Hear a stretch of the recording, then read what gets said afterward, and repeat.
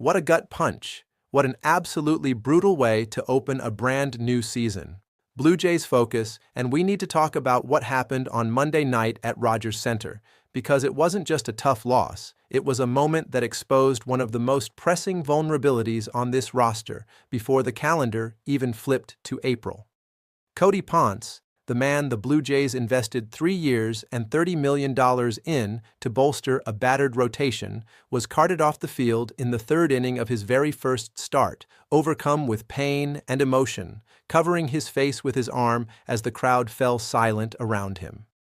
Right knee discomfort, the team announced. An MRI was ordered immediately. And just like that, a rotation already operating on fumes found itself staring into a very dark abyss. To fully understand the weight of this moment, you have to understand who Cody Ponce is and what this start meant. Not just for the Blue Jays as an organization, but for Ponce himself as a human being. This is a pitcher who spent 5 years away from Major League Baseball, crossing the Pacific twice in search of a second chance, 3 seasons in Japan, 1 in Korea, and in that final year with the Hanwha Eagles in the KBO, he put together one of the most dominant individual pitching seasons you'll find anywhere in professional baseball. A 17-1 record, a 1.89 ERA, 252 strikeouts in fewer than 181 innings. He won the league's Most Valuable Player award. He earned his way back. The Blue Jays looked at all of that and handed him a contract that placed real faith in his resurrection story. And on Monday night, after all of that work, after all of those years and all of those miles, Ponce finally got to stand on a major league mound again for the first time since 2021. The first inning was everything the Blue Jays could have hoped for. 3 hitters, 3 outs, 11 pitches. Perfect, clean, efficient. In the second, he was punching batters out with a 96-mile-per-hour fastball that had genuine pop to it. He struck out 3 batters in just over 2 innings of work. The stuff was real, the return was real. And then, in the third inning, Colorado's Jake McCarthy hit a ground ball back toward the mound. Ponce ranged toward first base to field it, planted awkwardly on his right leg, and went down hard. He bobbled the ball, allowed it to trickle away, and crumpled to the infield dirt. A run scored, but nobody in that ballpark was thinking about the run.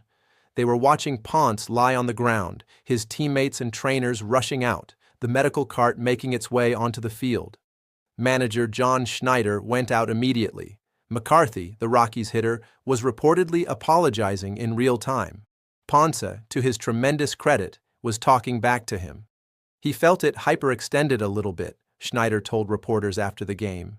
We've got to wait for MRI results and we're hoping for the best. This sucks with it being his first outing and what he's been through. Hopefully it's the best news possible tomorrow. You could hear the weight in those words. Schneider wasn't just managing a lineup card in that moment. He was managing a person, a story, a career that had fought its way back to this stage through sheer force of will. You feel for him, Schneider added. The last couple of years and then getting back here to MLB, and he was throwing the ball really well. It just sucks to see that happen to him.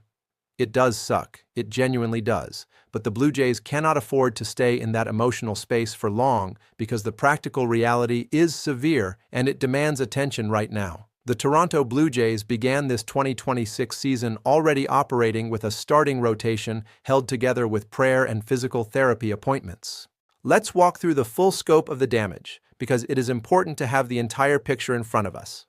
Bowden Francis is gone for the entire year.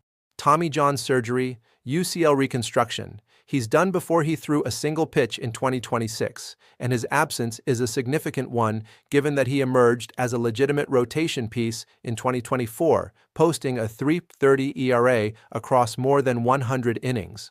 Francis had carved out real value as a depth option and a spot starter, and the Blue Jays had counted on him being available in some capacity this season. That option evaporated before spring training even got rolling. Shane Bieber opened the season on the 15-day injured list with right forearm fatigue, a diagnosis that carries its own particular dread given that this is the same arm that required Tommy John surgery in April of 2024. Bieber returned gloriously last season, showing encouraging signs down the stretch and pitching meaningful innings into the postseason. But the forearm flagged again in the offseason, and the organization wisely chose to slow play his ramp-up rather than risk the worst-case scenario. The good news is that Bieber was finally scheduled to throw off a mound this week for the first time, beginning what amounts to a fresh spring training at the Player Development Complex. A return sometime in April feels plausible. But there is no certainty, and the forearm situation will be monitored with an abundance of caution. Jose Berríos is also on the injured list to begin the season. The right-hander experienced elbow inflammation late in 2025 and went through the offseason managing that issue. When he underwent an insurance physical ahead of a planned World Baseball Classic appearance with Puerto Rico, further testing revealed a stress fracture in his elbow, a diagnosis that sounds alarming, though the club's hope was that he could begin a throwing program after a rest period. The latest reports suggest that Berríos and Yimi Garcia were both scheduled to throw bullpen sessions this week, which is genuinely encouraging news. Berríos tossed a live batting practice session in short order, and the hope is that his timeline aligns closer to Trey Yesovich's than to the elongated process Bieber will need. Trey Yesovich himself opened the season on the injured list with a right shoulder impingement. The 22-year-old phenom was perhaps the most electric story of the entire 2025 postseason. 7 innings, 12 strikeouts in Game 5 of the World Series, carving up the opposition with the kind of electric arm that makes you believe a franchise is positioned for something special. His impingement was deemed minor, and he completed a simulated game recently with his velocity ticking back up to encouraging levels. A 3-inning minor league outing was scheduled for this week in Dunedin, which would put his return to the major league rotation somewhere in the next few weeks, if all continues to progress normally. Of the 3 injured starters, with realistic short-term timelines, Yesovich appears closest, so when the Blue Jays took the field Monday night for their home opener against the Rockies, their opening day rotation consisted of Dylan Cease at the top, Kevin Gausman as the anchor veteran, Cody Ponce as the newly imported arm, and Eric Lauer filling in as a depth starter while the cavalry works its way back. That was already a rotation-making do. And then Ponce went down in the 3rd inning, and suddenly making do became an urgent crisis. The Blue Jays' response was swift. Reports emerged overnight that the organization recalled right-hander Lázaro Estrada from AAA Buffalo to provide an additional arm. Estrada, 26, made his MLB debut last season in limited action and spent the bulk of 2025 at the AAA level, making 20 starts and striking out 99 batters in 97 innings. His peripherals require refinement before he can be considered a reliable major league option, but he made a promising relief appearance on Friday in Buffalo, throwing 2.2 scoreless innings with 3 strikeouts without allowing a hit. Whether Estrada is the answer in a rotation spot is a separate question. What matters right now is that he gives the Blue Jays a warm body with a live arm who can be deployed if Ponce's MRI results come back with the news nobody wants to hear. Because here is the uncomfortable truth that sits at the center of all of this. The Blue Jays spent the offseason making bold moves. They extended Vladimir Guerrero Jr., they brought in Dylan Cease, they made a real, genuine push toward contention in 2026. But a starting rotation is the foundation upon which everything else is built, and right now that foundation has cracks running through multiple walls simultaneously. Kevin Gausman, at 35 years old and in the final year of his contract, is being asked to be the unquestioned anchor. Dylan Cease is right behind him, and then it gets murky very quickly. Eric Lauer, a versatile and valuable contributor, is a depth option, not a true rotation fixture. Estrada is a prospect. Yesovich, Bieber, and Berríos are all in various stages of recovery. And now Ponce, the man who was supposed to provide genuine innings coverage and a stable veteran presence in the 5 spot, is awaiting MRI results with his right knee raised. John Schneider acknowledged the depth concerns directly in his post-game comments, noting that this is precisely the kind of thing you prepare for intellectually without ever truly being ready for it in practice. Going back a month ago, we talked about our starting depth, and you can never have enough, he said. You never know what you're going to face. There are always going to be challenges you think you're ready for, but then something else pops up. There's a certain resignation in that phrasing. A manager who has seen enough baseball to know that the game finds every weakness eventually. The Blue Jays' weakness entering this season was always going to be pitching depth, the game founded on opening night. What happens next depends almost entirely on what that MRI reveals.